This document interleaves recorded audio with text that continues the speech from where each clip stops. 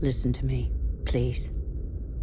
You're like me, a Homo sapiens, a wise human. Life, a miracle in the universe, appeared around 4 billion years ago. And we humans, only 200,000 years ago.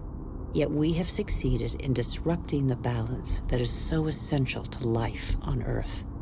Listen carefully to this extraordinary story, which is yours, and decide what you want to do with it.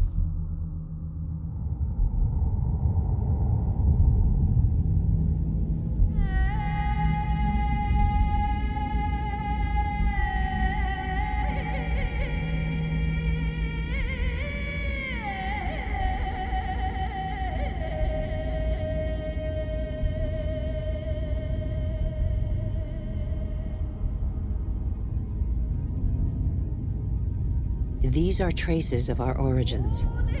At the beginning, our planet was no more than a chaos of fire, formed in the wake of its star, the sun. A cloud of agglutinated dust particles, similar to so many similar clusters in the universe. Yet this was where the miracle of life occurred.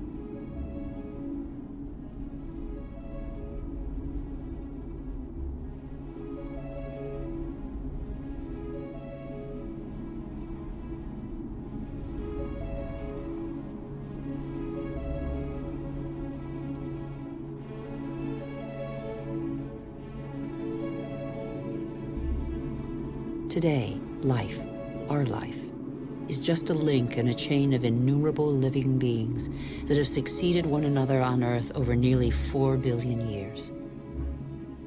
And even today, new volcanoes continue to sculpt our landscapes.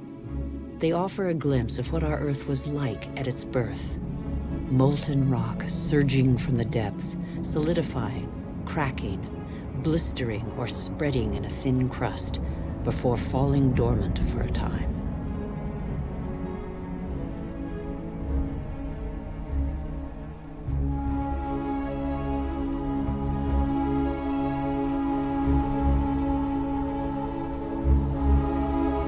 These wreaths of smoke, curling from the bowels of the Earth, bear witness to the Earth's original atmosphere, an atmosphere devoid of oxygen. A dense atmosphere, thick with water vapor, full of carbon dioxide. A furnace.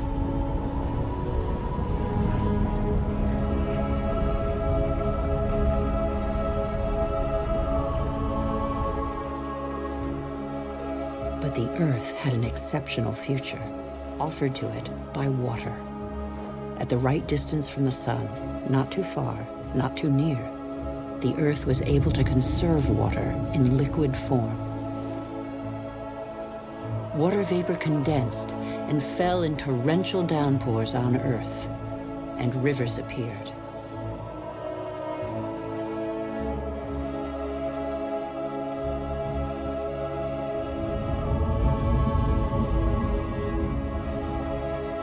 The rivers shaped the surface of the Earth, cutting their channels, furrowing out valleys. They ran toward the lowest places on the globe to form the oceans. They tore minerals from the rocks, and gradually the fresh water of the oceans became heavy with salt.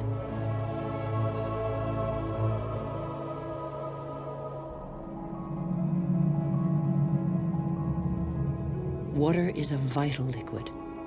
It irrigated these sterile expanses. The paths it traced are like the veins of a body, the branches of a tree, the vessels of the sap that it brought to the earth.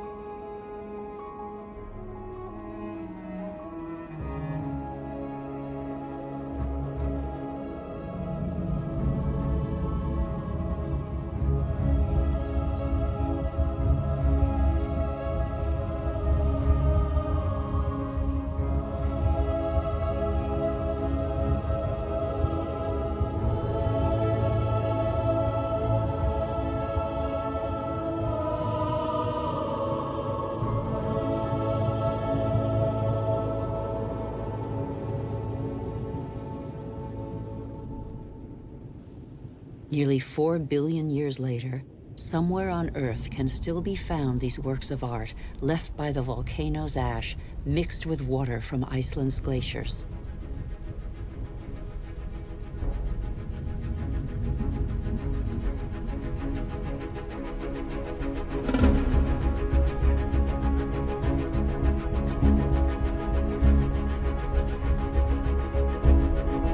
There they are.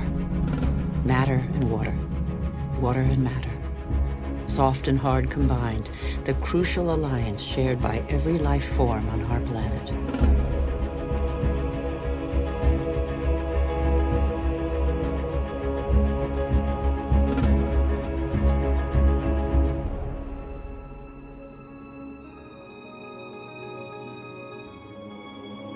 Minerals and metals are even older than the Earth.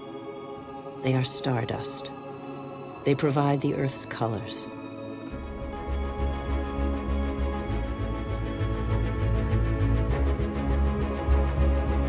Red from iron, black from carbon, blue from copper, yellow from sulfur.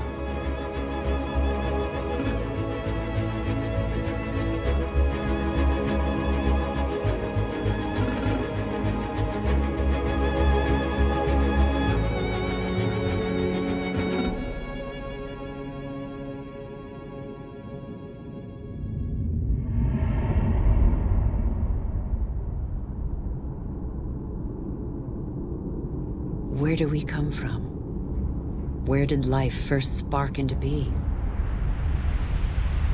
A miracle of time, primitive life forms still exist in the globe's hot springs. They give them their colors. They're called archaeobacteria.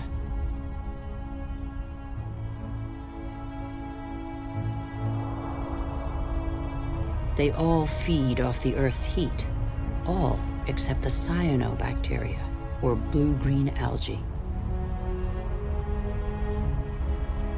They alone have the capacity to turn to the sun to capture its energy.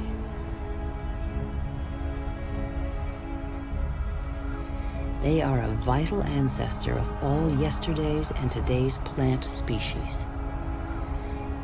These tiny bacteria and their billions of descendants changed the destiny of our planet. They transformed its atmosphere.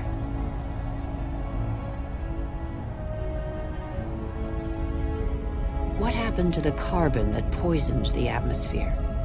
It's still here, imprisoned in the Earth's crust. We can read this chapter of the Earth's history nowhere better than on the walls of Colorado's Grand Canyon. They reveal nearly 2 billion years of the Earth's history. Once upon a time, the Grand Canyon was a sea inhabited by microorganisms. They grew their shells by tapping into carbon from the atmosphere dissolved in the ocean. When they died, the shells sank and accumulated on the seabed. These strata are the product of those billions and billions of shells.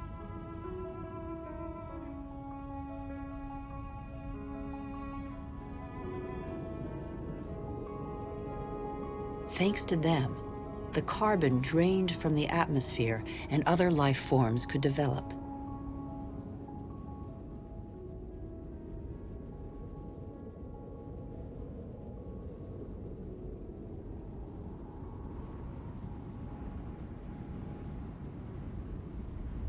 It is life that altered the atmosphere.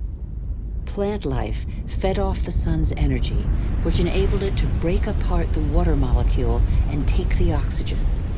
And oxygen filled the air.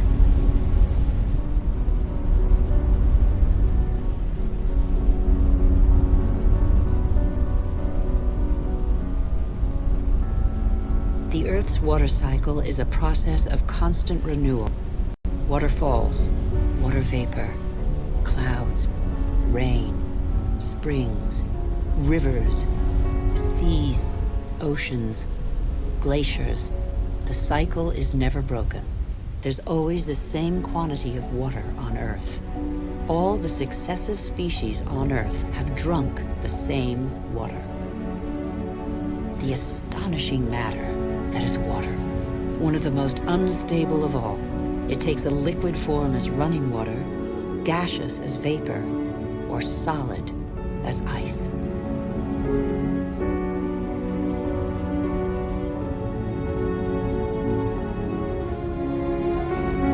In Siberia, the frozen surfaces of the lakes in winter contain the traces of the forces that water deploys when it freezes.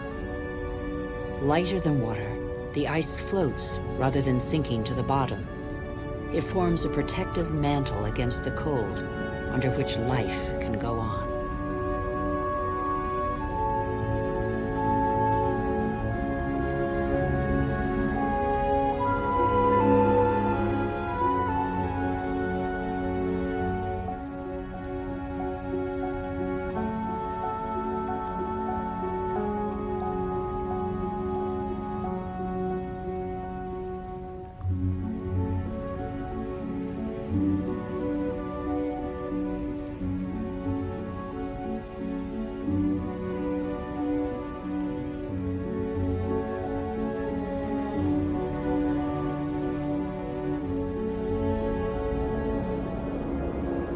The engine of life is linkage. Everything is linked. Nothing is self-sufficient. Water and air are inseparable, united in life and for our life on Earth.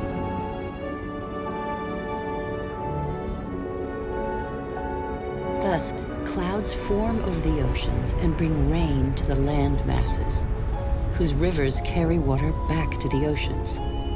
Sharing is everything.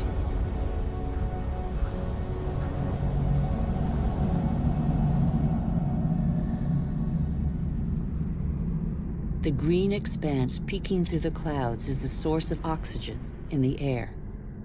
70% of this gas, without which our lungs cannot function, comes from the algae that tint the surface of the oceans. Our Earth relies on a balance in which every being has a role to play and exists only through the existence of another being. A subtle, fragile harmony that is easily shattered. Thus, corals are born from the marriage of algae and shells. The Great Barrier Reef, off the coast of Australia, stretches over 350,000 square kilometers and is home to 1,500 species of fish, 4,000 species of mollusks, and 400 species of coral. The equilibrium of every ocean depends on these corals.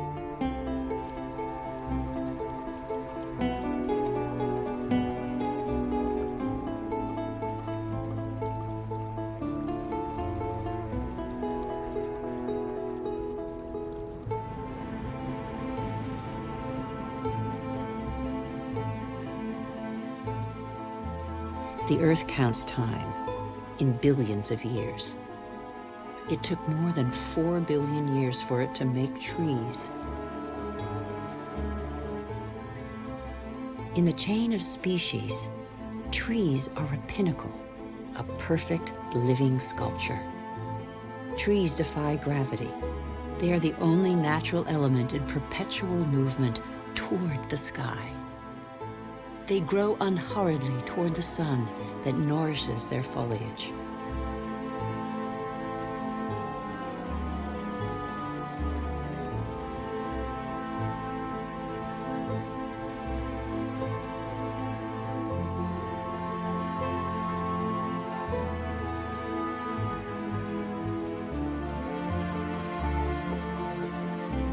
They have inherited from those minuscule cyanobacteria the power to capture light's energy.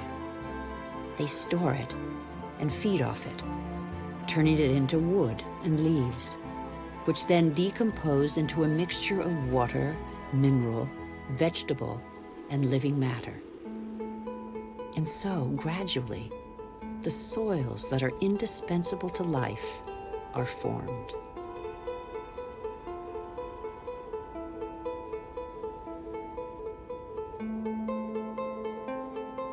Soils are the factory of biodiversity. They are a world of incessant activity where microorganisms feed, dig, aerate, and transform. They make the humus, the fertile layer to which all life on land is linked.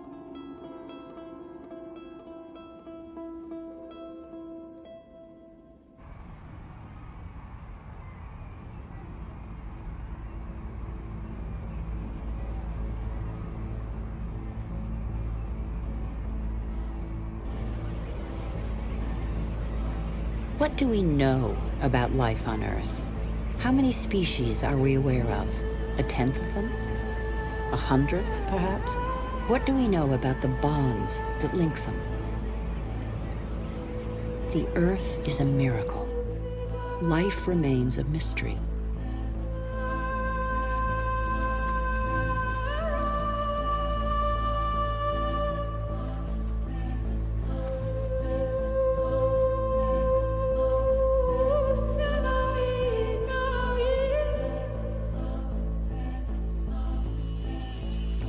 Families of animals form, united by customs and rituals that survive today.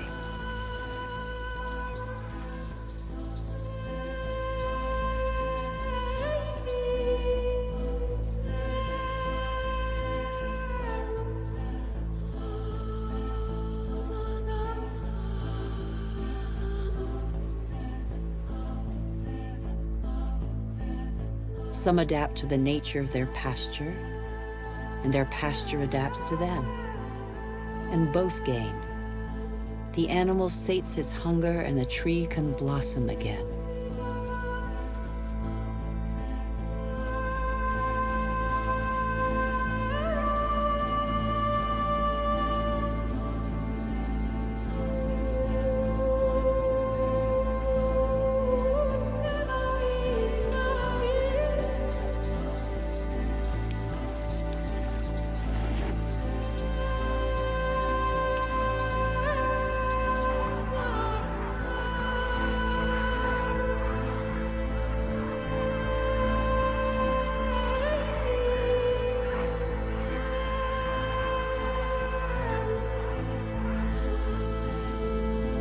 In the great adventure of life on Earth, every species has a role to play. Every species has its place. None is futile or harmful. They all balance out.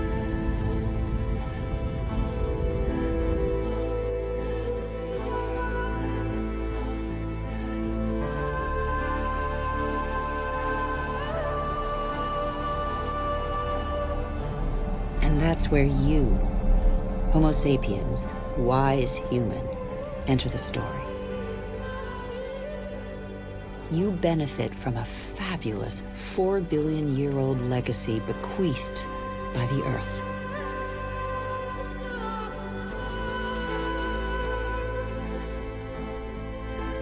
You're only 200,000 years old, but you have changed the face of the world. Despite your vulnerability, you have taken possession of every habitat and conquered swaths of territory like no other species before you.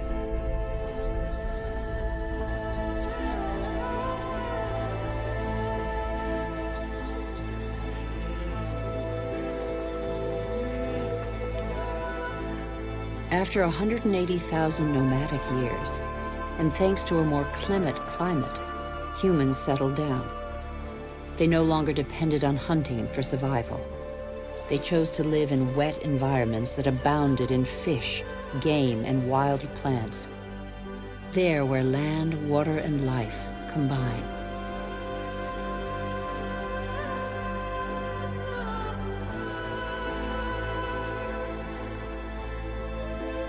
human genius inspired them to build canoes, an invention that opened up new horizons and turned humans into navigators.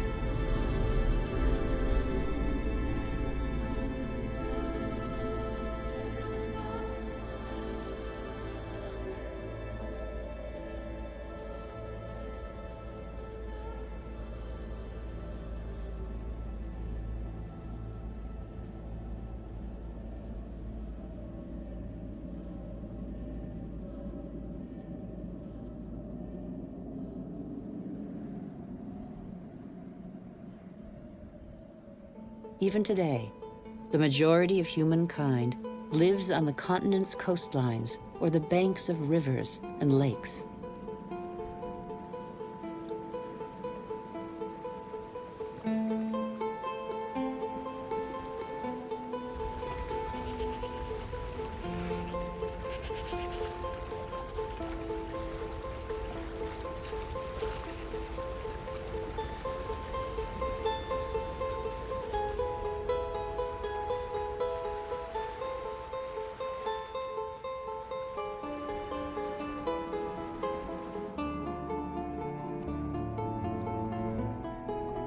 The first towns grew up less than 600 years ago.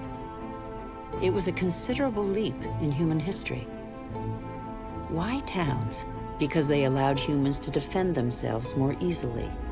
They became social beings, meeting and sharing knowledge and crafts, blending their similarities and differences. In a word, they became civilized.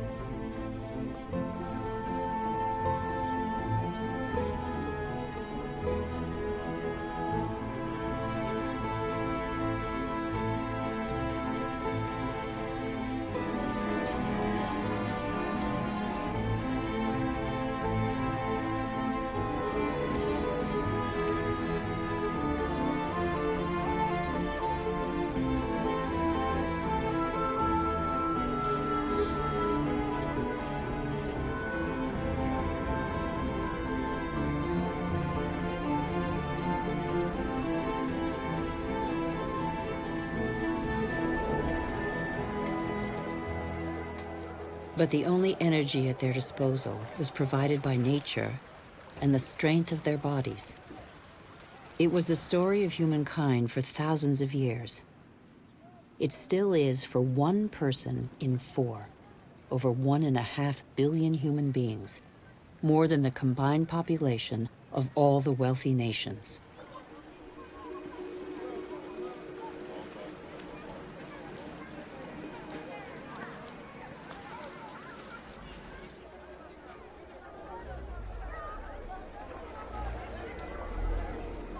Taking from the earth only the strictly necessary. For a long time, the relationship between humans and the planet was evenly balanced. For a long time, the economy seemed like a natural and equitable alliance.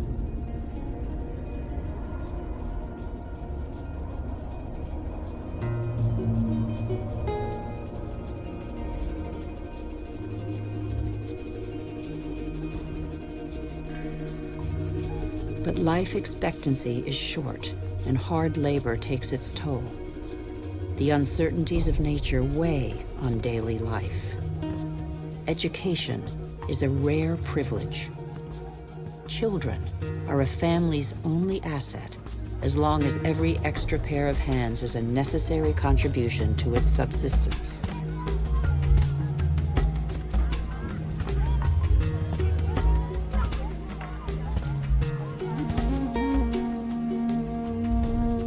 The earth feeds people, clothes them, and provides for their daily needs. Everything comes from the earth.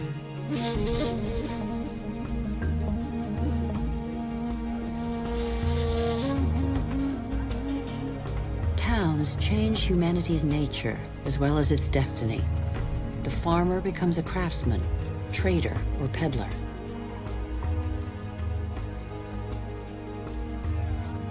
What the earth gives the farmer, the city dweller buys, sells, or barters. Goods change hands, along with ideas.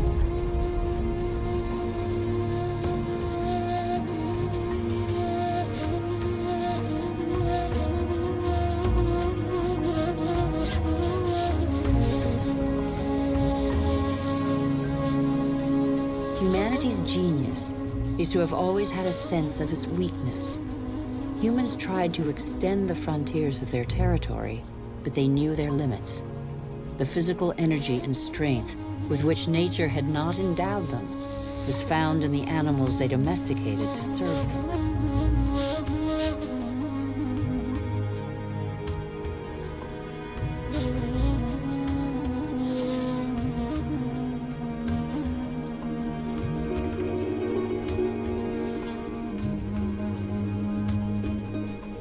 But how can you conquer the world on an empty stomach? The invention of agriculture transformed the future of the wild animals scavenging for food that were humankind. Agriculture turned their history on end. Agriculture was their first great revolution. Developed barely 8,000 to 10,000 years ago, it changed their relationship to nature.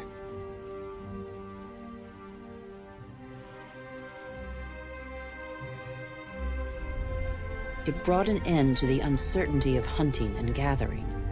It resulted in the first surpluses and gave birth to cities and civilizations.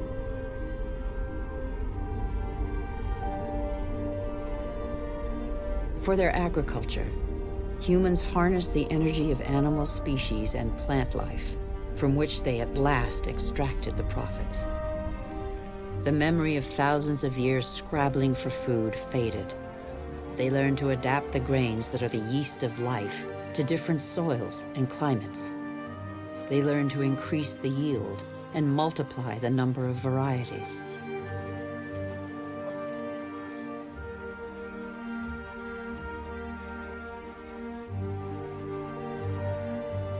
Like every species on Earth, the principal daily concern of all humans is to feed themselves and their family.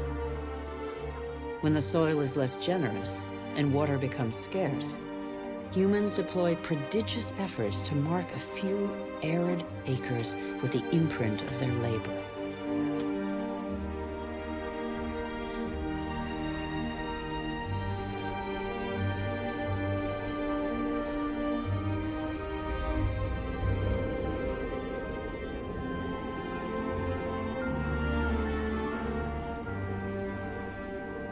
Humans shape the land with the patience and devotion that the earth demands in an almost sacrificial ritual performed over and over.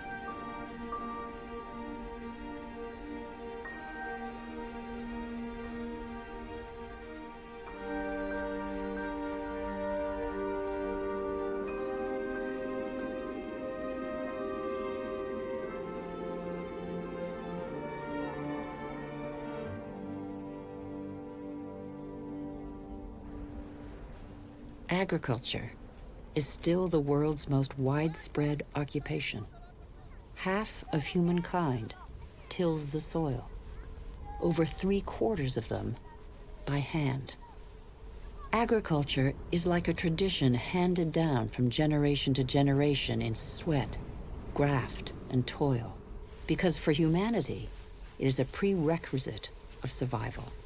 But after relying on muscle power for so long, humankind found a way to tap into the energy buried deep in the earth.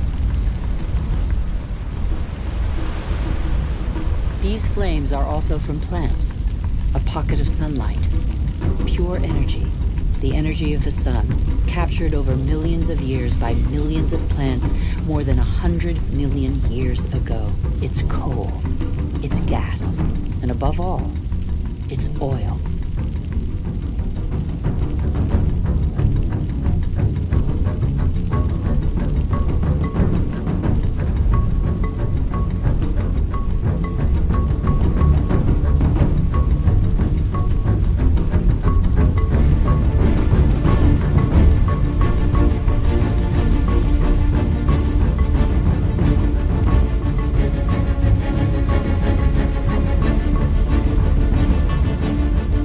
Pocket of sunlight freed humans from their toil on the land. With oil began the era of humans who break free of the shackles of time. With oil, some of us acquired unprecedented comforts. And in 50 years, in a single lifetime, the Earth has been more radically changed than by all previous generations of humanity. Faster and faster. In the last 60 years, the Earth's population has almost tripled, and over 2 billion people have moved to the cities.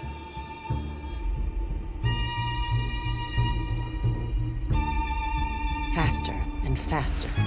Shenzhen in China, with its hundreds of skyscrapers and millions of inhabitants, was just a small fishing village barely 40 years ago.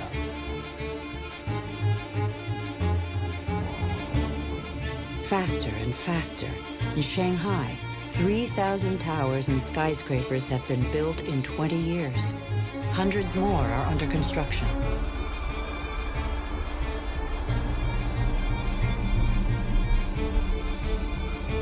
Today, over half of the world's 7 billion inhabitants live in cities.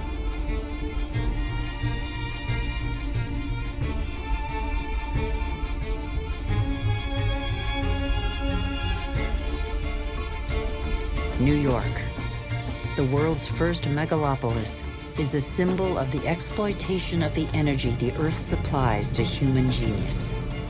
The manpower of millions of immigrants, the energy of coal, the unbridled power of oil. Electricity resulted in the invention of elevators, which in turn permitted the invention of skyscrapers. New York ranks as the 16th largest economy in the world. America was the first to discover, exploit, and harness the phenomenal revolutionary power of black gold. With its help, a country of farmers became a country of agricultural industrialists. Machines replaced men. A liter of oil generates as much energy as 100 pairs of hands in 24 hours. But worldwide, only 3% of farmers have use of a tractor. Nonetheless, their output dominates the planet. In the United States, only 3 million farmers are left. They produce enough grain to feed 2 billion people.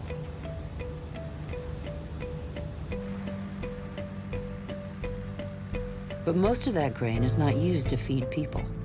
Here, and in all other industrialized nations, it's transformed into livestock feed or biofuels.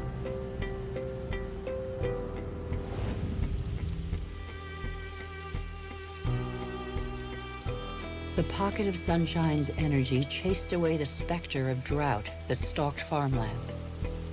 No spring escapes the demands of agriculture, which accounts for 70% of humanity's water consumption. In nature, everything is linked. The expansion of cultivated land and single-crop farming encouraged the development of parasites. Pesticides, another gift of the petrochemical revolution, exterminated them. Bad harvests and famine became a distant memory. The biggest headache now was what to do with the surpluses engendered by modern agriculture.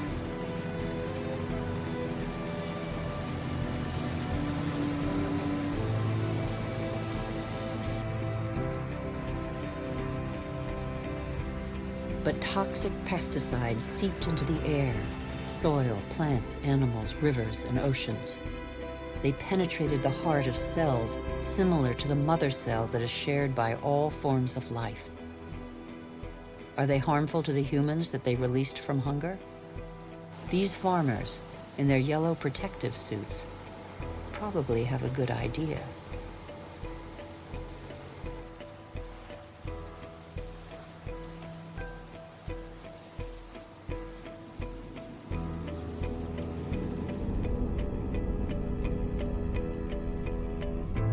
The new agriculture abolished the dependence on soils and seasons.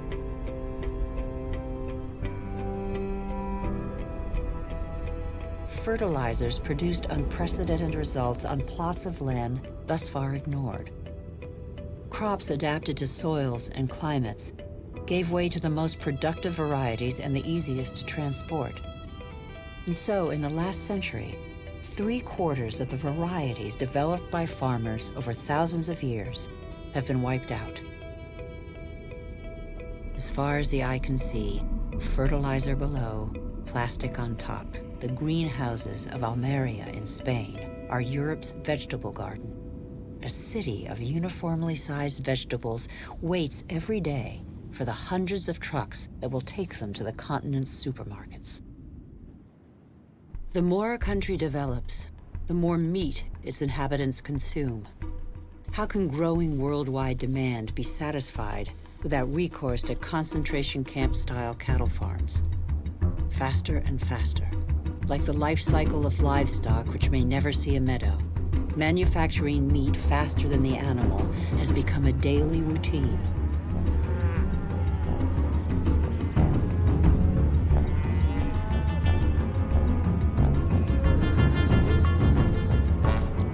In these vast food lots trampled by millions of cattle, not a blade of grass grows. A fleet of trucks from every corner of the country brings in tons of grain, soy meal, and protein-rich granules that will become tons of meat. The result is that it takes 100 liters of water to produce 1 kilogram of potatoes, 4,000 for 1 kilo of rice, and 13,000 for 1 kilo of beef, not to mention the oil guzzled in the production process and transport.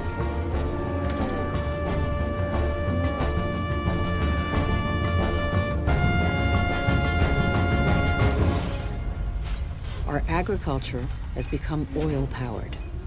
It feeds twice as many humans on Earth, but has replaced diversity with standardization. It has offered many of us comforts we could only dream of, but it makes our way of life totally dependent on oil. This is the new measure of time. Our world's clock now beats to the rhythm of these indefatigable machines tapping into the pocket of sunlight. Their regularity reassures us.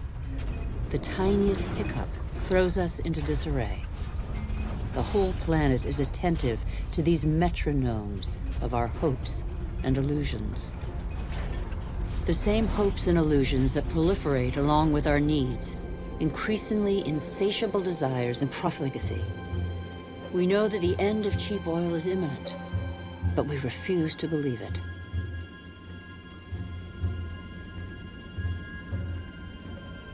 For many of us, the American dream is embodied by a legendary name, Los Angeles. In this city that stretches over 100 kilometers, the number of cars is almost equal to the number of inhabitants.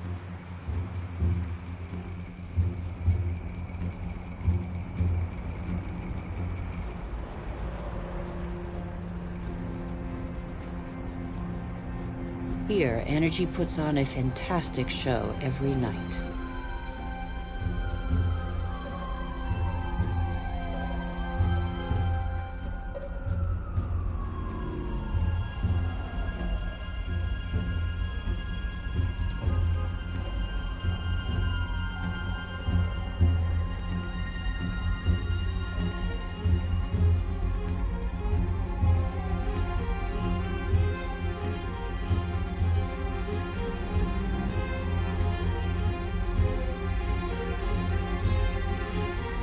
The days seem to be no more than the pale reflection of nights that turn the city into a starry sky.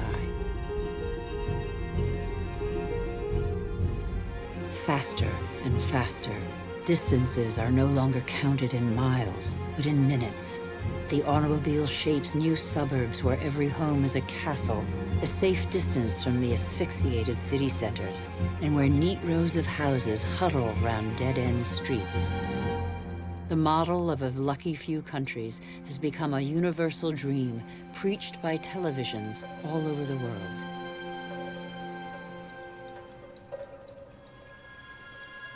Even here in Beijing, it is cloned, copied, and reproduced in these formatted houses that have wiped pagodas off the map.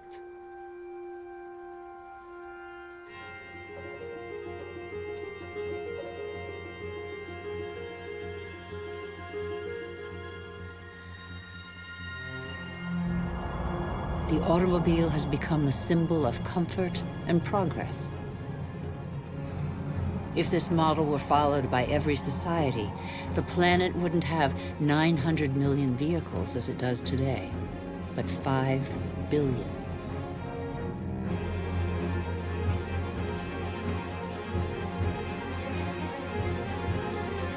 Faster and faster. The more the world develops, the greater its thirst for energy. Everywhere, machines dig, bore, and rip from the Earth the pieces of stars buried in its depths since its creation. Minerals.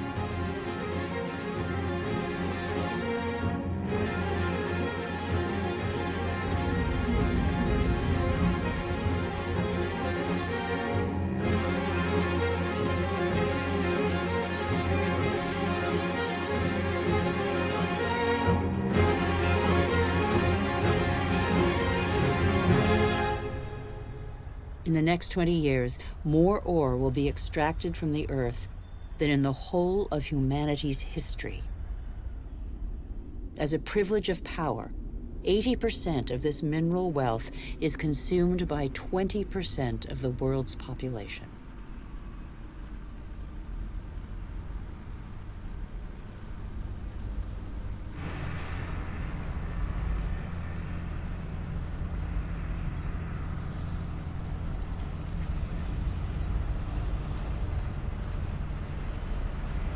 Before the end of this century, excessive mining will have exhausted nearly all the planet's reserves.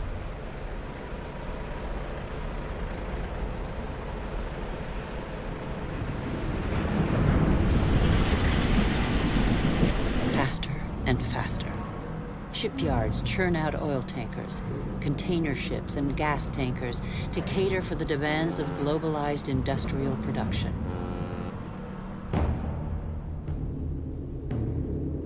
Most consumer goods travel thousands of kilometers from the country of production to the country of consumption. Since 1950, the volume of international trade has increased 20 times over.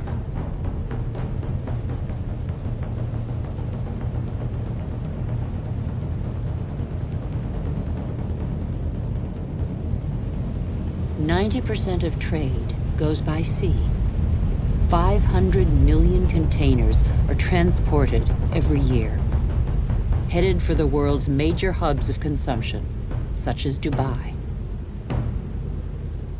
Dubai is one of the biggest construction sites in the world, a country where the impossible becomes possible, building artificial islands in the sea, for example.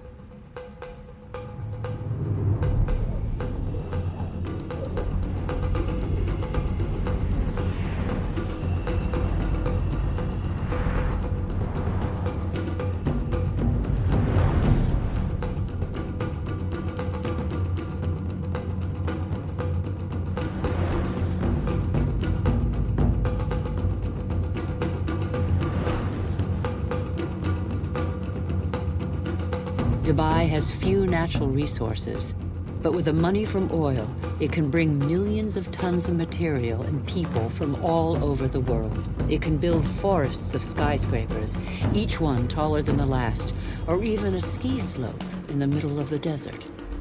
Dubai has no farmland, but it can import food. Dubai has no water, but it can afford to expend immense amounts of energy to desalinate seawater and build the highest skyscrapers in the world. Dubai has endless sun, but no solar panels. It is the city of more is more, where the wildest dreams become reality. Dubai is a sort of culmination of the Western model, with its 800-meter-high totem to total modernity that never fails to amaze the world. Excessive? Perhaps. Dubai appears to have made its choice. It is like the new beacon for all the world's money.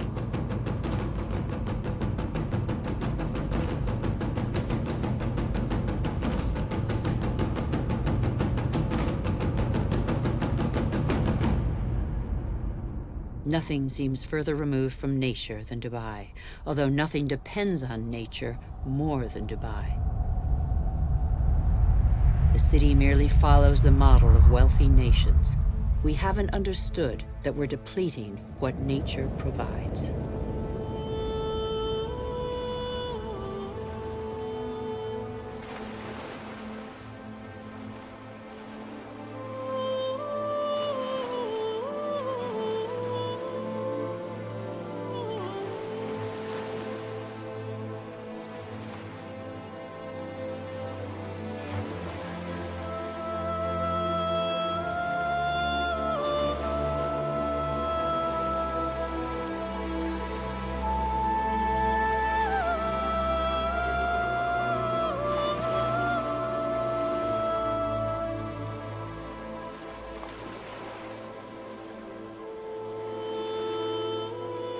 What do we know of the marine world of which we see only the surface and which covers 3/4 of the planet?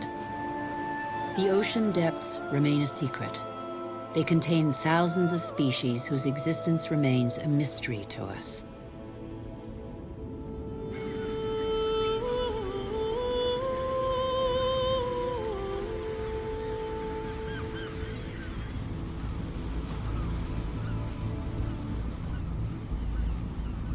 Since 1950, fishing catches have increased 5-fold, from 18 to 100 million metric tons a year. Thousands of factory ships are emptying the oceans.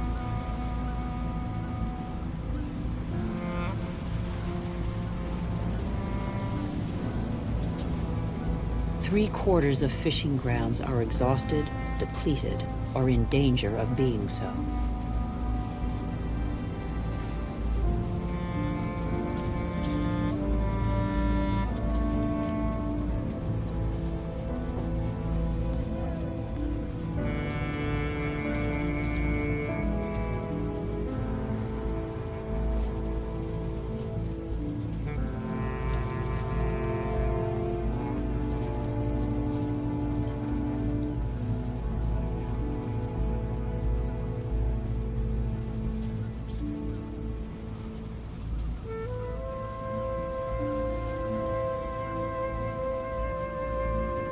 Most large fish have been fished out of existence since they have no time to reproduce. We are destroying the cycle of a life that was given to us.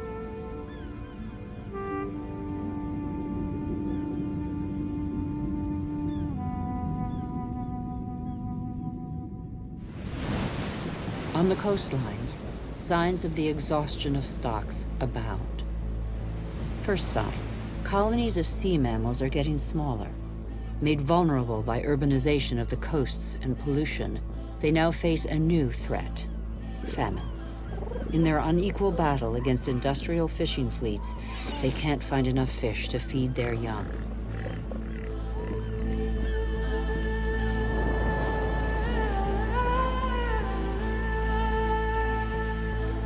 Second sign, seabirds must fly ever greater distances to find food.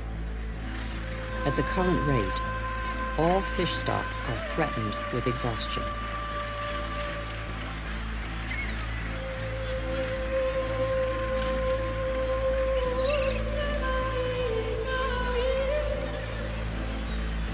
In Dakar, traditional net fishing boomed in the years of plenty, but today, fish stocks are dwindling.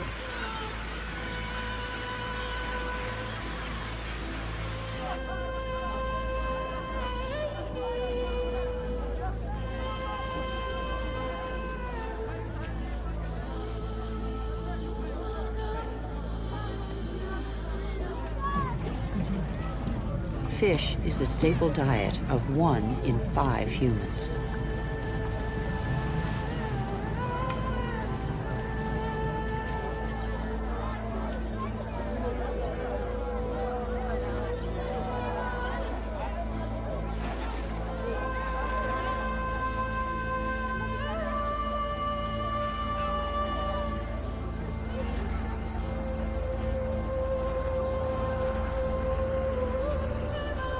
Can we envision the inconceivable? Abandoned boats, seas devoid of fish.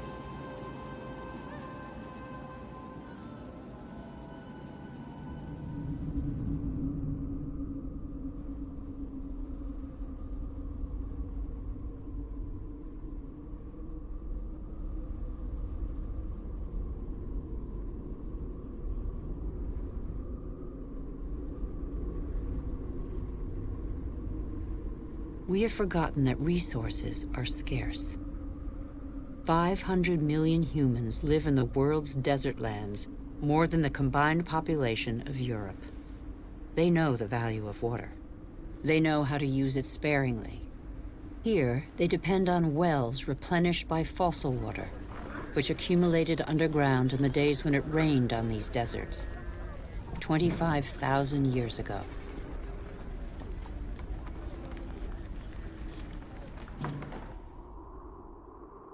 Fossil water also enables crops to be grown in the desert to provide food for local populations. The field's circular shape derives from the pipes that irrigate them around a central pivot.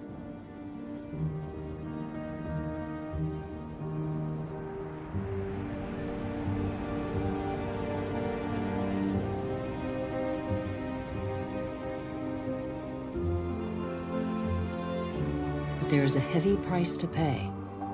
Fossil water is a non-renewable resource.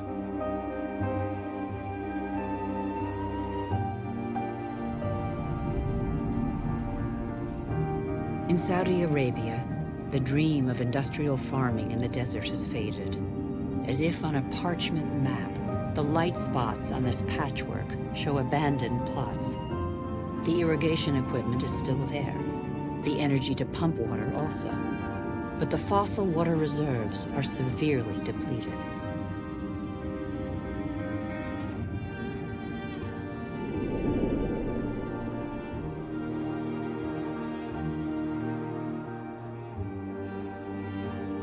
Israel turned the desert into arable land.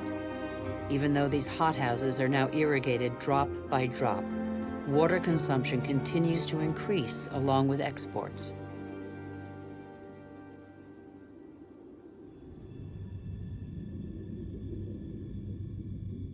The once mighty River Jordan is now just a trickle. Its water has flown to supermarkets all over the world in crates of fruit and vegetables.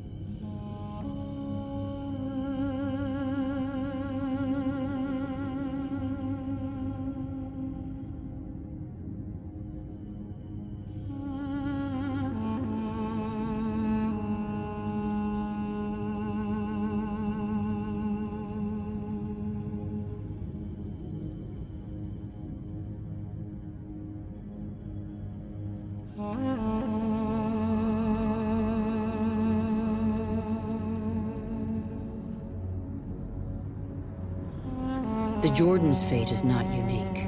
Across the planet, one major river in 10 no longer flows into the sea for several months of the year.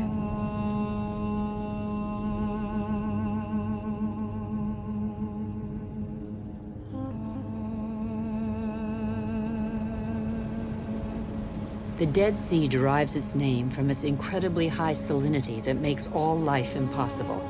Deprived of the Jordan's water, its level goes down by over 1 meter per year. Its salinity is increasing. Evaporation, due to the heat, produces these fine islands of salt evaporates, beautiful but sterile.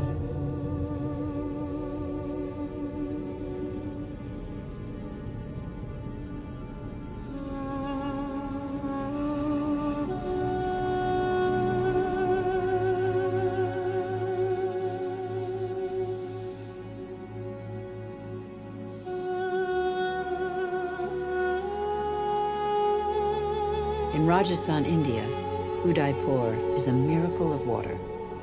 The city was made possible by a system of dams and channels that created an artificial lake. For its architects, was water so precious that they dedicated a palace to it?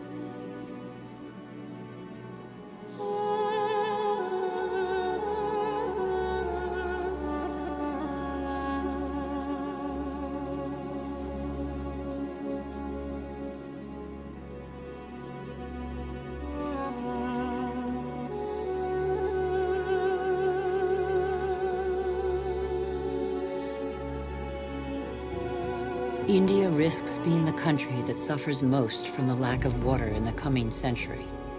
Massive irrigation has fed the growing population, and in the last 50 years, 21 million wells have been dug.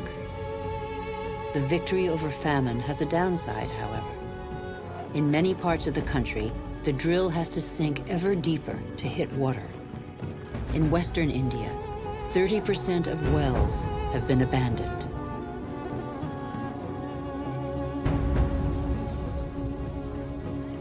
The underground aquifers are drying out.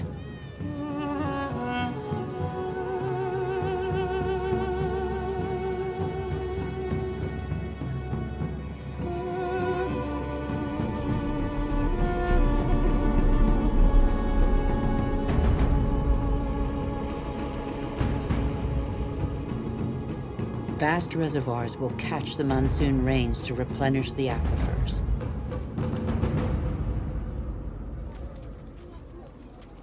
In dry season, women from local villages dig them with their bare hands.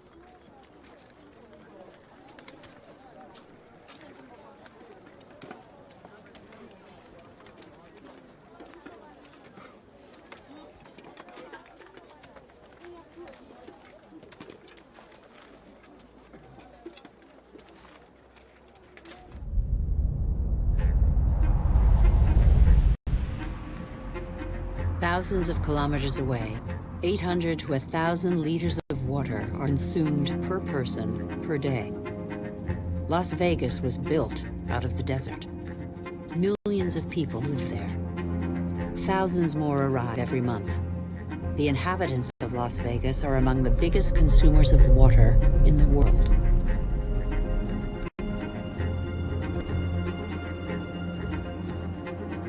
Palm Springs is another desert city with tropical vegetation and lush golf courses.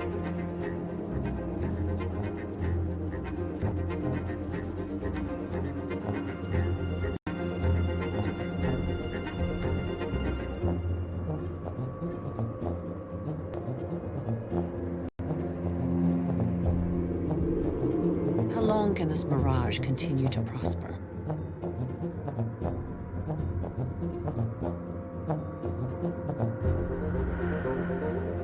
The Earth cannot keep up. The Colorado River, which brings water to these cities, is one of those rivers that no longer reaches the sea. Even more alarmingly, its flow is diminishing its source. Water levels in the catchment lakes along its course are plummeting. Lake Powell took 17 years to reach high water mark. Its level is now half of that. Water shortages would affect nearly 2 billion people before 2025. Yet water is still abundant in unspoiled regions of the planet. The wetlands.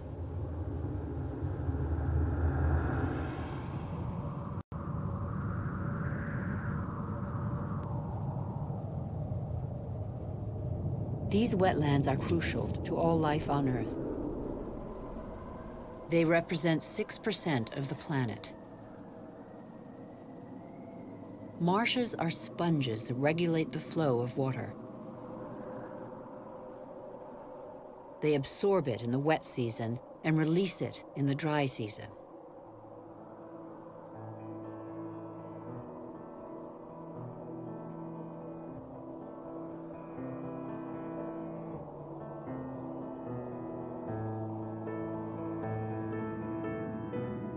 The water runs off the mountain peaks, carrying with it the seeds of the regions it flows through. This process gives birth to unique landscapes, where the diversity of species is unequaled in its richness.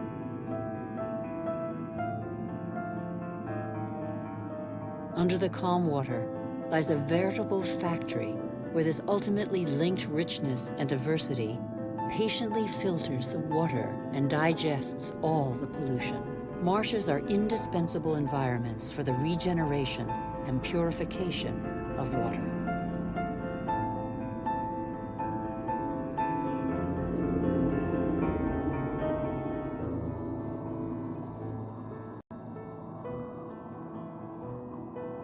These wetlands were always seen as unhealthy expanses, unfit for human habitation. In our race to conquer more land, we have reclaimed them as pasture for our livestock, or as land for agriculture or building.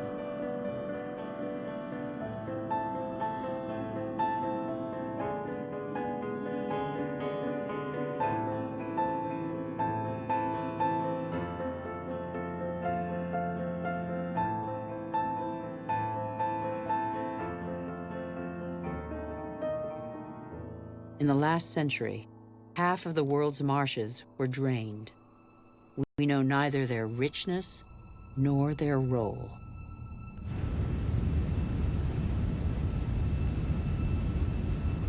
All living matter is linked. Water, air, soil, trees. The world's magic is right in front of our eyes.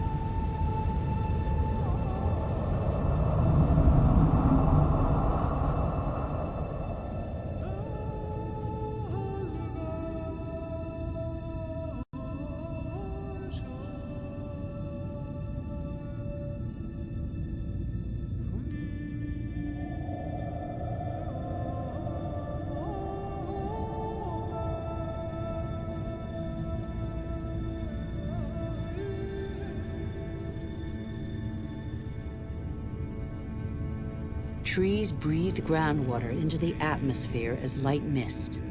They form a canopy that alleviates the impact of heavy rains and protects the soil from erosion.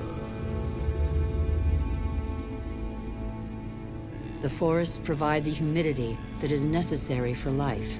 They are the mother and father of rain. The forests store carbon. They contain more than all the Earth's atmosphere. They are the cornerstone of the climactic balance on which we all depend.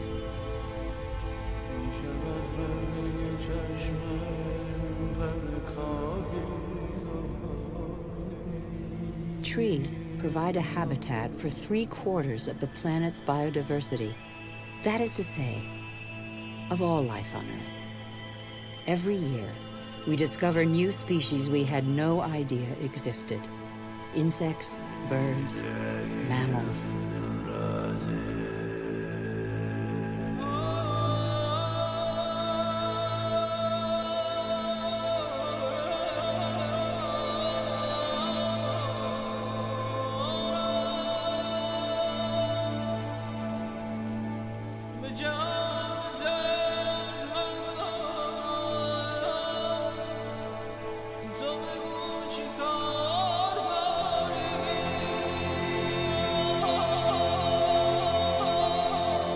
These forests provide the remedies that cure us.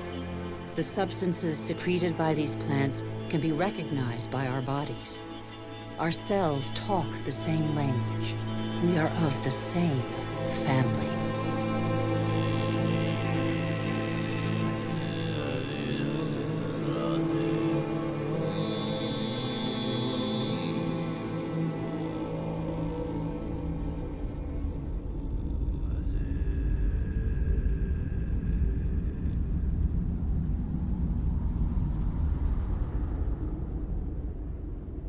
Mangroves are forests that step out onto the sea.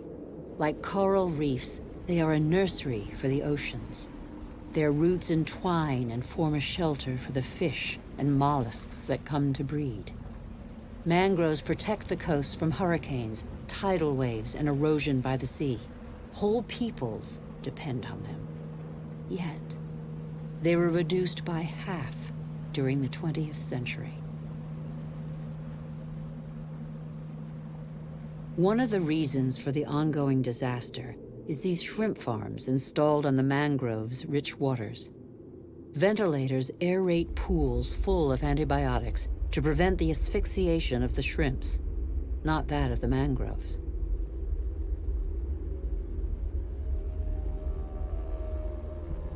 Since the 1960s, deforestation has constantly gathered pace.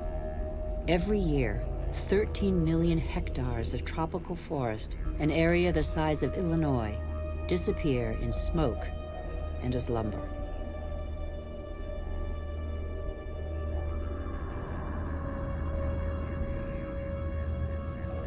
The world's largest rainforest, the Amazon, has already been reduced by 20%.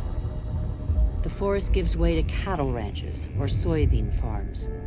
95% of these soybeans are used to feed livestock and poultry in Europe and Asia.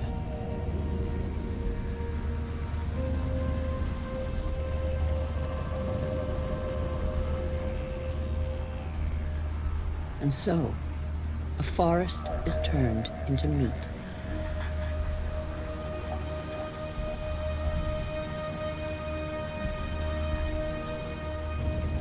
When they burn, forests and their soils release huge quantities of carbon, accounting for 20% of the greenhouse gases emitted across the globe. Deforestation is one of the principal causes of global warming.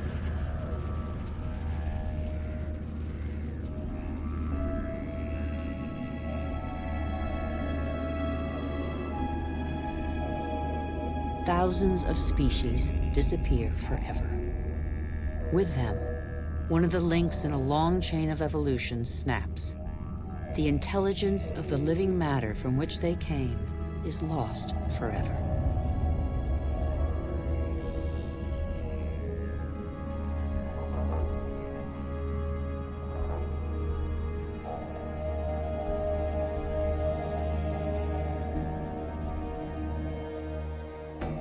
Barely 20 years ago, Borneo, the fourth largest island in the world, was covered by a vast primary forest.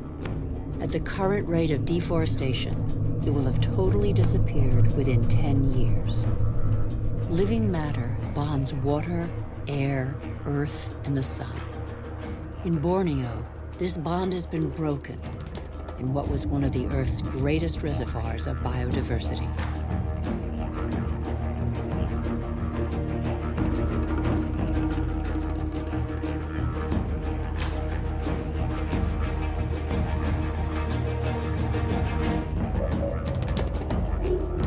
This catastrophe was provoked by the decision to produce palm oil, the most consumed oil in the world, on Borneo. Palm oil not only caters to our growing demand for food, but also cosmetics, detergents, and increasingly, alternative fuels. The forest diversity was replaced by a single species, the oil palm. Monoculture is easy, productive, and rapid. For local people, it provides employment. It is an agricultural industry.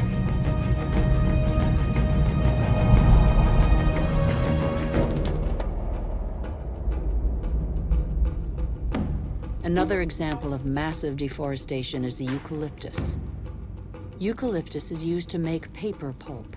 Plantations are growing as demand for paper has increased fivefold in 50 years.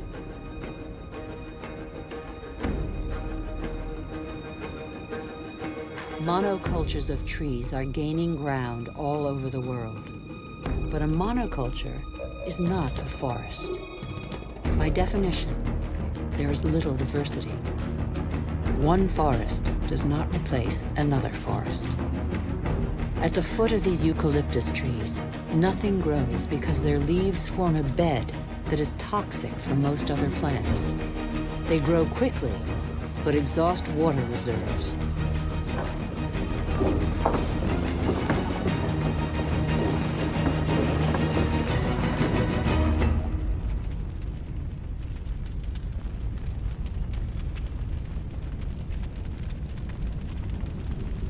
Soybeans, palm oil, eucalyptus trees. Deforestation destroys the essential to produce the superfluous. But elsewhere, deforestation is a last resort to survive. Over 2 billion people, almost a third of the world's population, still depend on charcoal.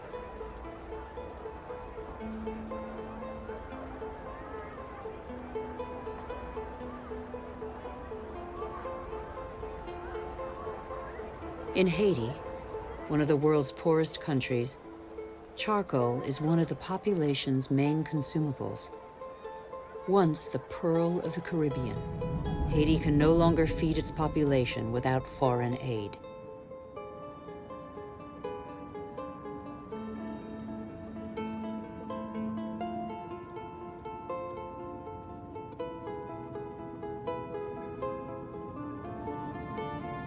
On the hills of Haiti, only 2% of the forests are left.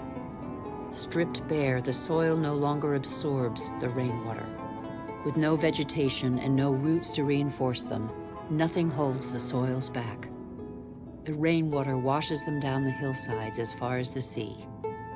Erosion impoverishes the quality of the soils, reducing their suitability for agriculture.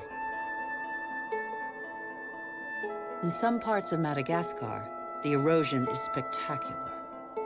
Whole hillsides bear deep gashes hundreds of meters wide.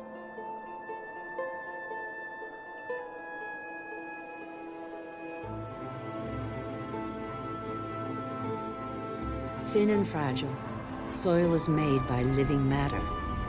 With erosion, the fine layer of humus, which took thousands of years to form, disappears.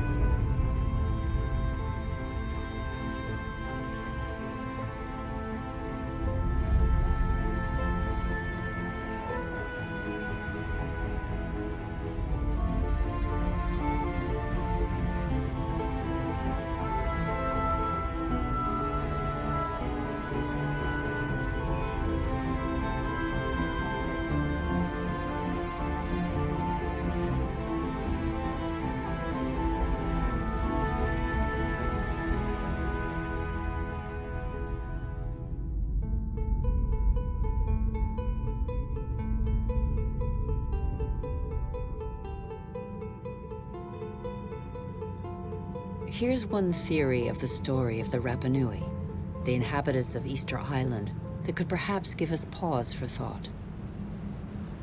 Living on the most isolated island in the world, the Rapa Nui exploited their resources until there was nothing left. Their civilization did not survive. On these lands stood the highest palm trees in the world. They have disappeared. The Rapa Nui chopped them all down for lumber. They then had to face widespread soil erosion. The Rapa Nui could no longer go fishing. There were no trees to build canoes. And yet the Rapa Nui formed one of the most brilliant civilizations in the Pacific. Innovative farmers, sculptors, exceptional navigators. They were caught in the vice of overpopulation and dwindling resources. They experienced social unrest, revolts, and famine. Many did not survive the cataclysm.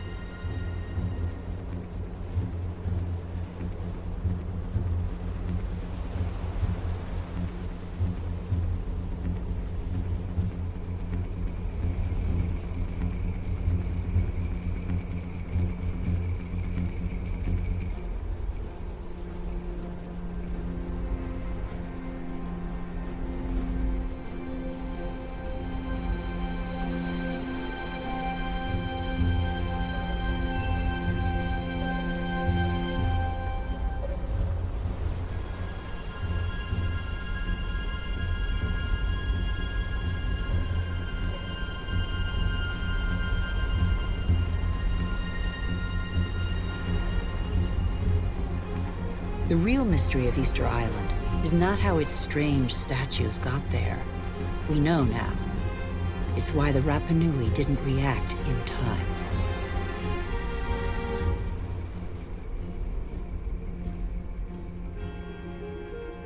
It's only one of a number of theories, but it has particular relevance to us today.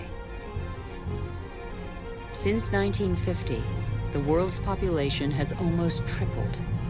And since 1950, we have more fundamentally altered our island, the Earth, than in all of our 200,000-year history. Nigeria is the biggest oil exporter in Africa, and yet 70% of the population lives under the poverty line. The wealth is there, but the country's inhabitants don't have access to it. The same is true all over the globe. Half the world's poor live in resource-rich countries.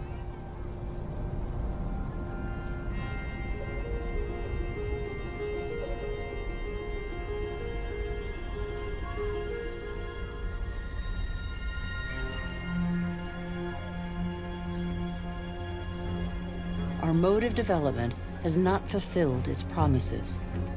In 50 years, the gap between rich and poor has grown wider than ever.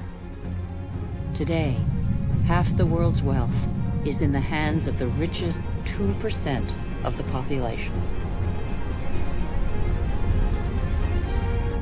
Can such disparities be maintained? They're the cause of population movements whose scale we have yet to fully realize. The city of Lagos had a population of 700,000 in 1960. That will rise to 16 million by 2025.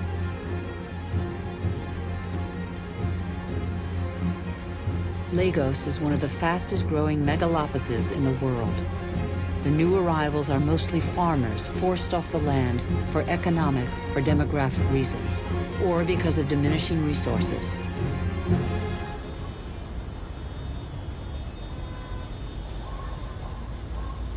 This is a radically new type of urban growth driven by the urge to survive rather than to prosper. Every week, over 1 million people swell the populations of the world's cities.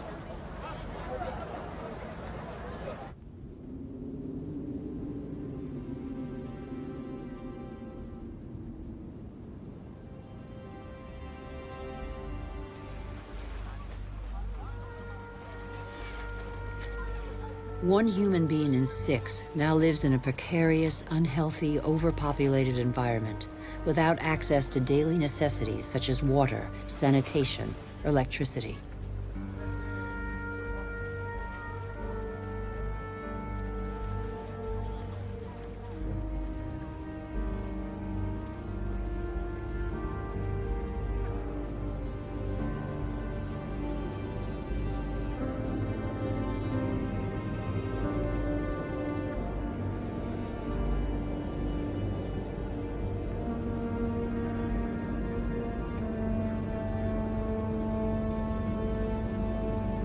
Hunger is spreading once more. It affects nearly 1 billion people.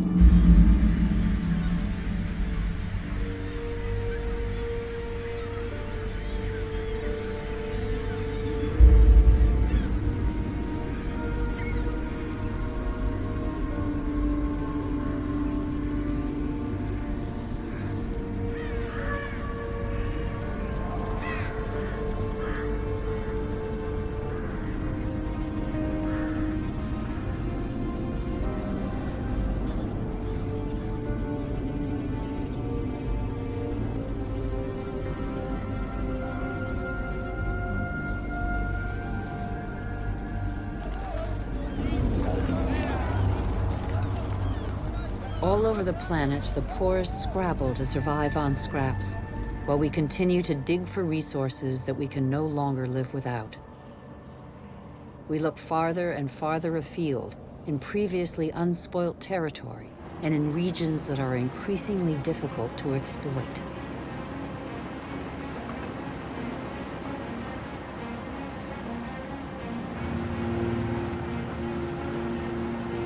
We're not changing our model. Oil might run out. We can still extract oil from the tar sands of Canada. The biggest trucks in the world move thousands of tons of sand. The process of heating and separating bitumen from the sand requires millions of cubic meters of water. Colossal amounts of energy are needed. The pollution is catastrophic. The most urgent priority, apparently, is to pick every pocket of sunlight.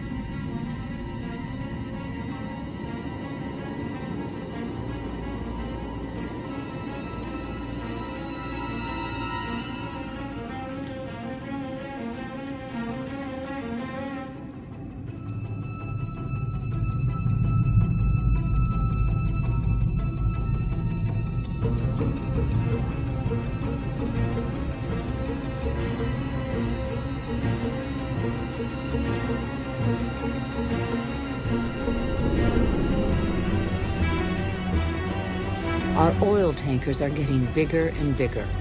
Our energy requirements are constantly increasing. We try to power growth like a bottomless oven that demands more and more fuel.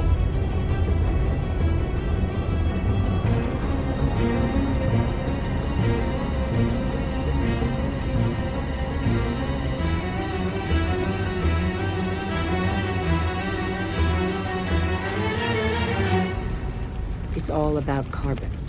In a few decades, the carbon that made our atmosphere a furnace and that nature captured over millions of years, allowing life to develop, will have largely been pumped back out. The atmosphere is heating up. It would have been inconceivable for a boat to be here just a few years ago. Transport, industry, deforestation, agriculture. Our activities release gigantic quantities of carbon dioxide. Without realizing it, molecule by molecule, we have upset the Earth's climatic balance.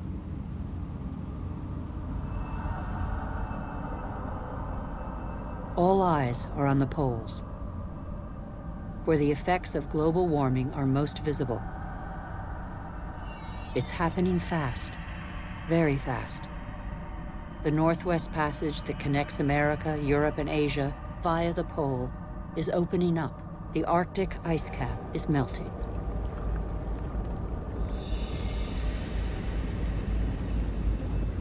Under the effect of global warming, the ice cap has lost 40% of its thickness in 40 years. Its surface area in the summer shrinks year by year. It could disappear before 2030. Some predictions suggest 2015. Soon these waters will be free of ice several summer months a year.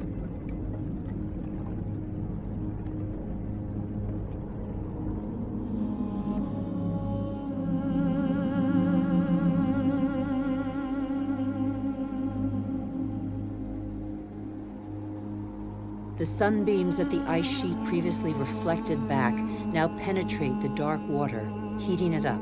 The warming process gathers pace.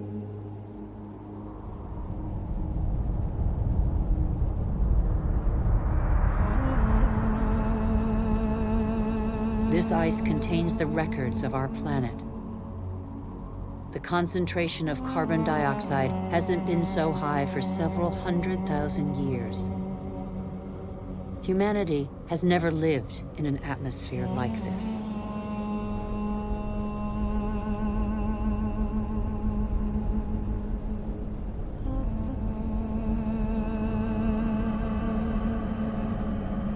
Is excessive exploitation of our resources threatening the lives of every species? Climate change accentuates the threat. By 2050, a quarter of the Earth's species could be threatened with extinction. In these polar regions, the balance of nature has already been disrupted.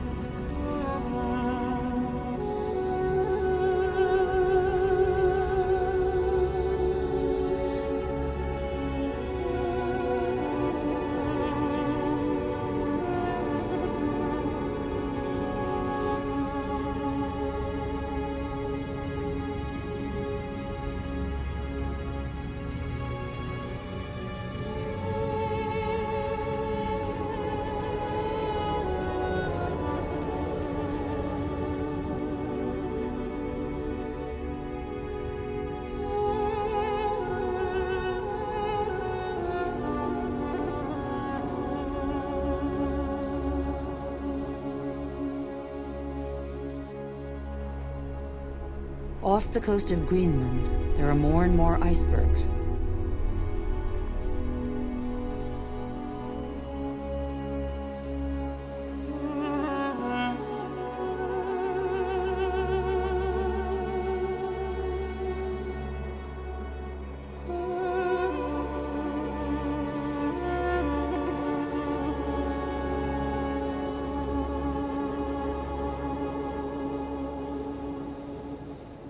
Around the North Pole, the ice cap has lost 30% of its surface area in 30 years. But as Greenland rapidly becomes warmer, the fresh water of a whole continent flows into the salt water of the oceans. Greenland's ice contains 20% of the fresh water of the whole planet. If it melts, sea levels will rise by nearly 7 meters.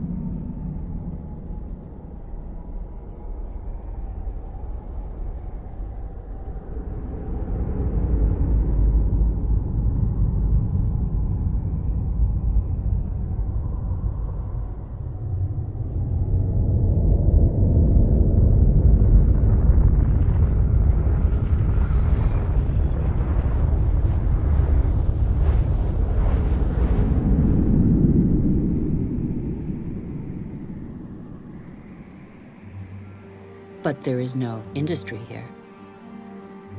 Greenland's ice sheet suffers from greenhouse gases emitted elsewhere on Earth. Our ecosystem doesn't have borders. Wherever we are, our actions have repercussions on the whole Earth. The atmosphere of our planet is an indivisible whole. It is an asset we share. On Greenland's surface, lakes are appearing on the landscape. The ice cap has begun to melt at a speed that even the most pessimistic scientists did not envision 10 years ago.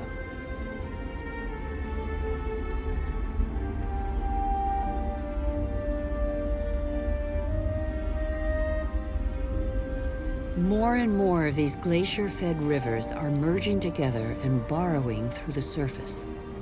It was thought the water would freeze in the depths of the ice. On the contrary, it flows under the ice, carrying the ice sheet into the sea, where it breaks into icebergs.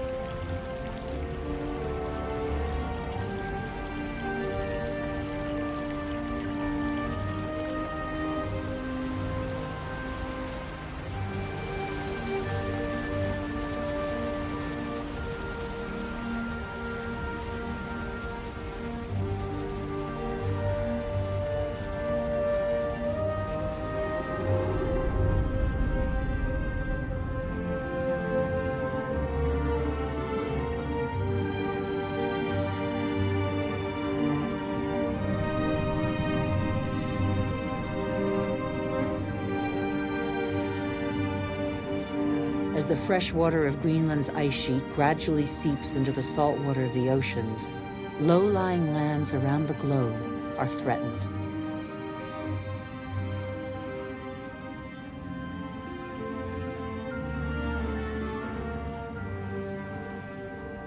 Sea levels are rising. Water expanding as it gets warmer caused, in the 20th century alone, a rise of 20 centimeters. Everything becomes unstable. Coral reefs, for example, are extremely sensitive to the slightest change in water temperature. 30% have disappeared. They are an essential link in the chain of species.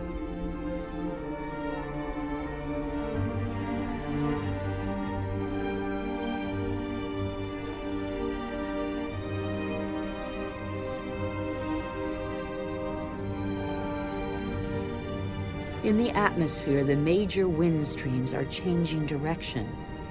Rain cycles are altered. The geography of climates is modified. The inhabitants of the low-lying islands here in the Maldives, for example, are on the front line. They are increasingly concerned. Some are already looking for new, more hospitable lands.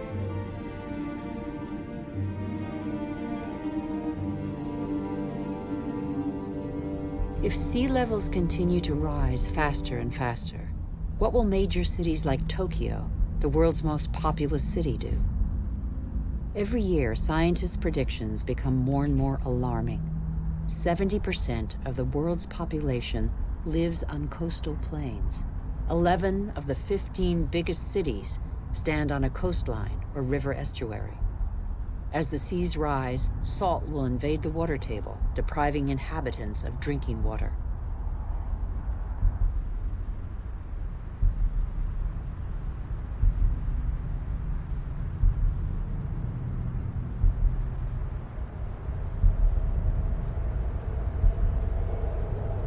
Migratory phenomena are inevitable. The only uncertainty concerns their scale.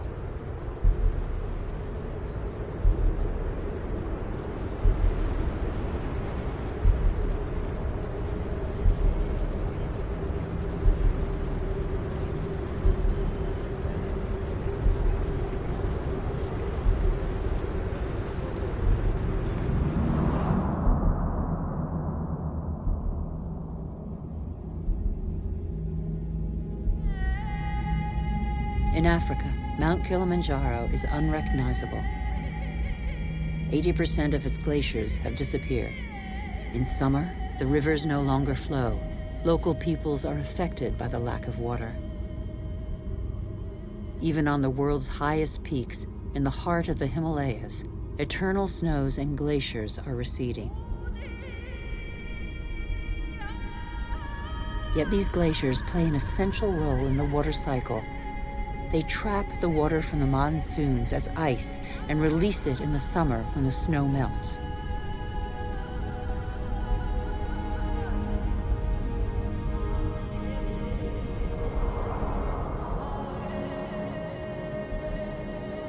The glaciers of the Himalayas are the source of all the great Asian rivers, the Indus, Ganges, Mekong, Yangtze-Kiang. 2 billion people depend on them for drinking water and to irrigate their crops, as in Bangladesh.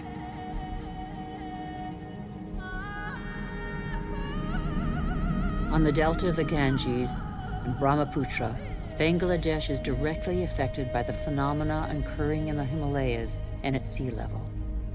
This is one of the most populous and poorest countries in the world. It is already hit by global warming. The combined impact of increasingly dramatic floods and hurricanes could make a third of its landmass disappear. When populations are subjected to these devastating phenomena, they eventually move away.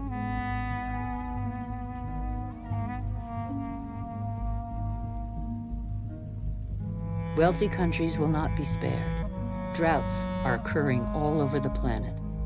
In Australia, half of farmland is already affected.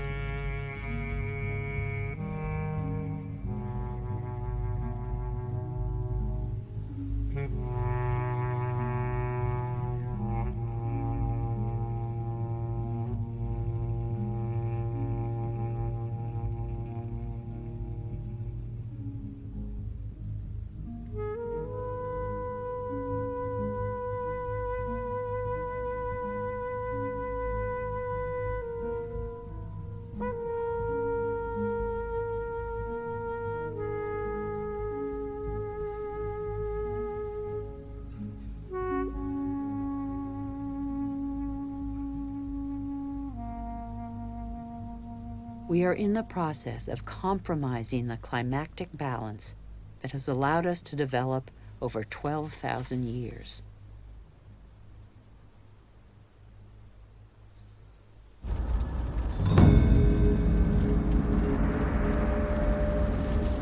More and more wildfires encroach on major cities. In turn, they exacerbate global warming. As the trees burn, they release carbon dioxide. The system that controls our climate has been severely disrupted. The elements on which it relies have been disrupted.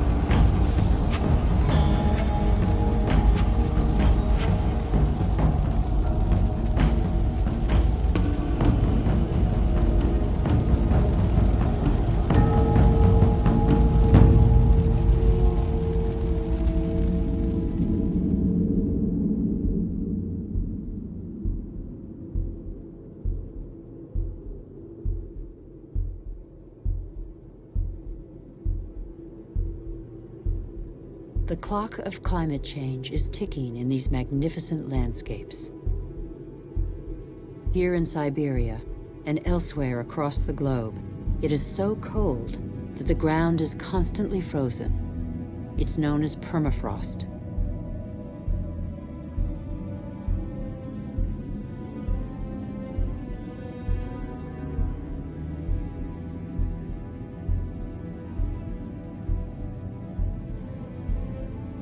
Under its surface lies a climactic time bomb, methane, a greenhouse gas 20 times more powerful than carbon dioxide. If the permafrost melts, the methane released would cause the greenhouse effect to race out of control with consequences no one can predict. We would literally be in unknown territory.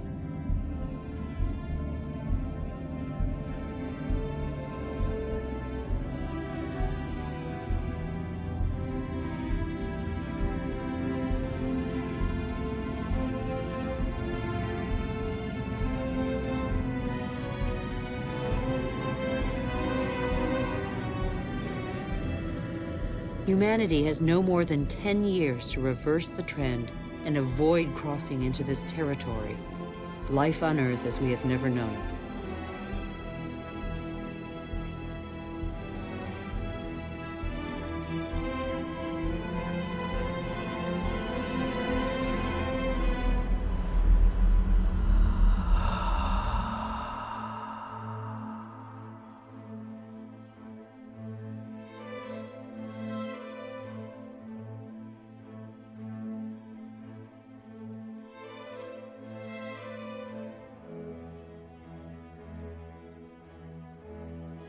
We have created phenomena we cannot control.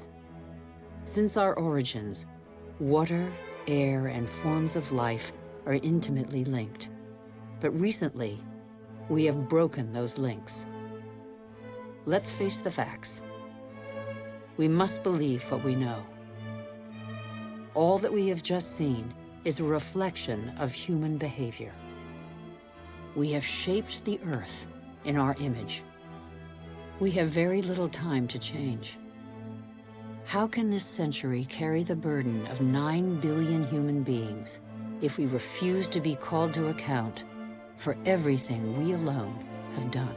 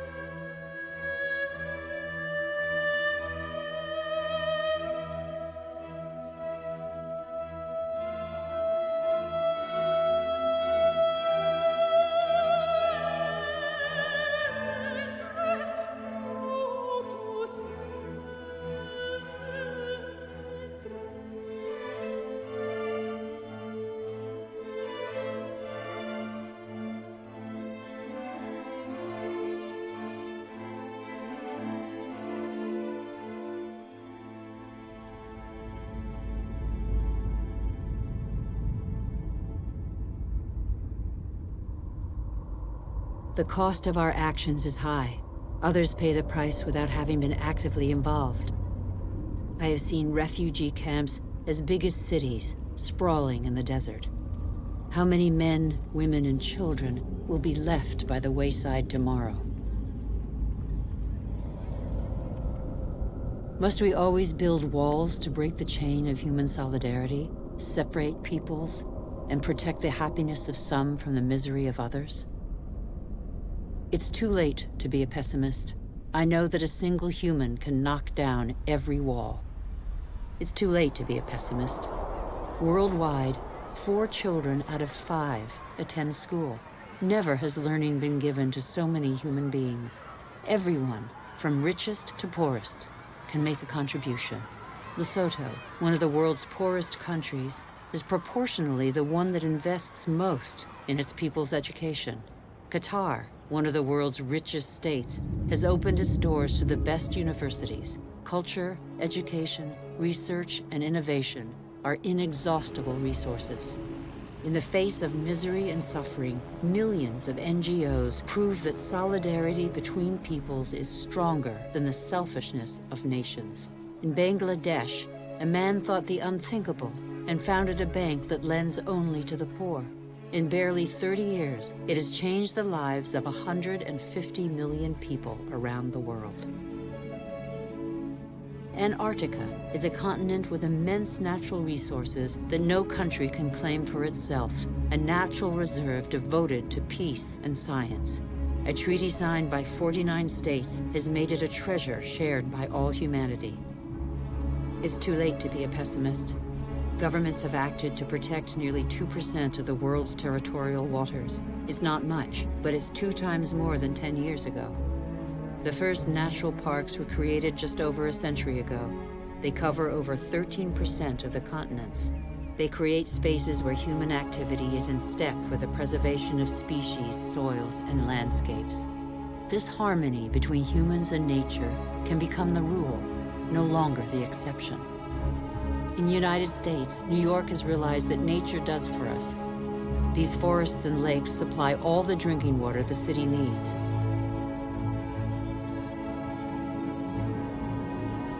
In South Korea, the forests have been devastated by war. Thanks to a national reforestation program, they once more cover 65% of the country. More than 75% of paper is recycled. Costa Rica has made a choice between military spending and the conservation of its lands. The country no longer has an army. It prefers to devote its resources to education, ecotourism, and the protection of its primary forest. Gabon is one of the world's leading producers of wood. It enforces selective logging, not more than 1 tree every hectare. Its forests are one of the country's most important economic resources, but they have the time to regenerate. Programs exist that guarantee sustainable forest management. They must become mandatory.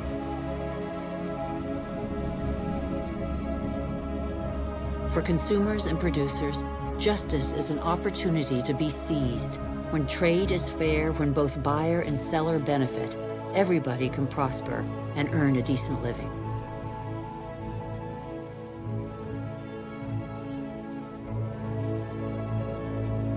How can there be justice and equity between people whose only tools are their hands and those who harvest their crops with a machine and state subsidies?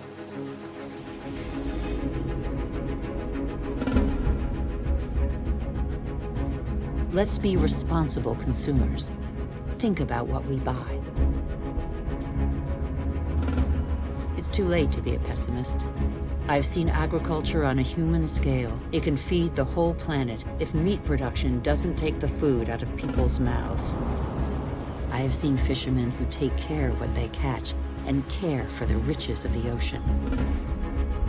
I have seen houses producing their own energy. 5,000 people live in the world's first ever eco-friendly district in Freiburg, Germany. Other cities partner the project. Mumbai is the 1,000th to join them. The governments of New Zealand, Iceland, Austria, Sweden, and other nations have made the development of renewable energy sources a top priority.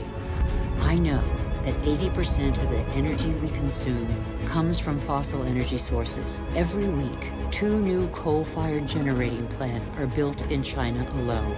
But I have also seen, in Denmark, a prototype of a coal-fired plant that releases its carbon into the soil rather than the air. A solution for the future?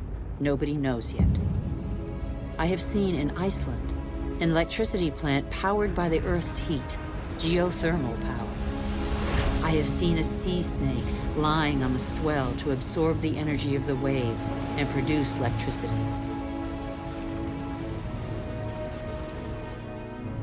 I have seen wind farms off the coast of Denmark that produce 20% of the country's electricity. The USA, China, India, Germany, and Spain are the biggest investors in renewable energy. They have already created over 2.5 million jobs. Where on earth doesn't the wind blow? I have seen desert expanses baking in the sun. Everything on Earth is linked, and the Earth is linked to the sun, its original energy source. Can humans not imitate plants and capture its energy? In 1 hour, the sun gives the Earth the same amount of energy as that consumed by all humanity in 1 year. As long as the Earth exists, the sun's energy will be inexhaustible. All we have to do is stop drilling the Earth and start looking to the sky. All we have to do is learn to cultivate the sun. All these experiments are only examples, but they testify to a new awareness. They lay down markers for a new human adventure based on moderation, intelligence, and sharing.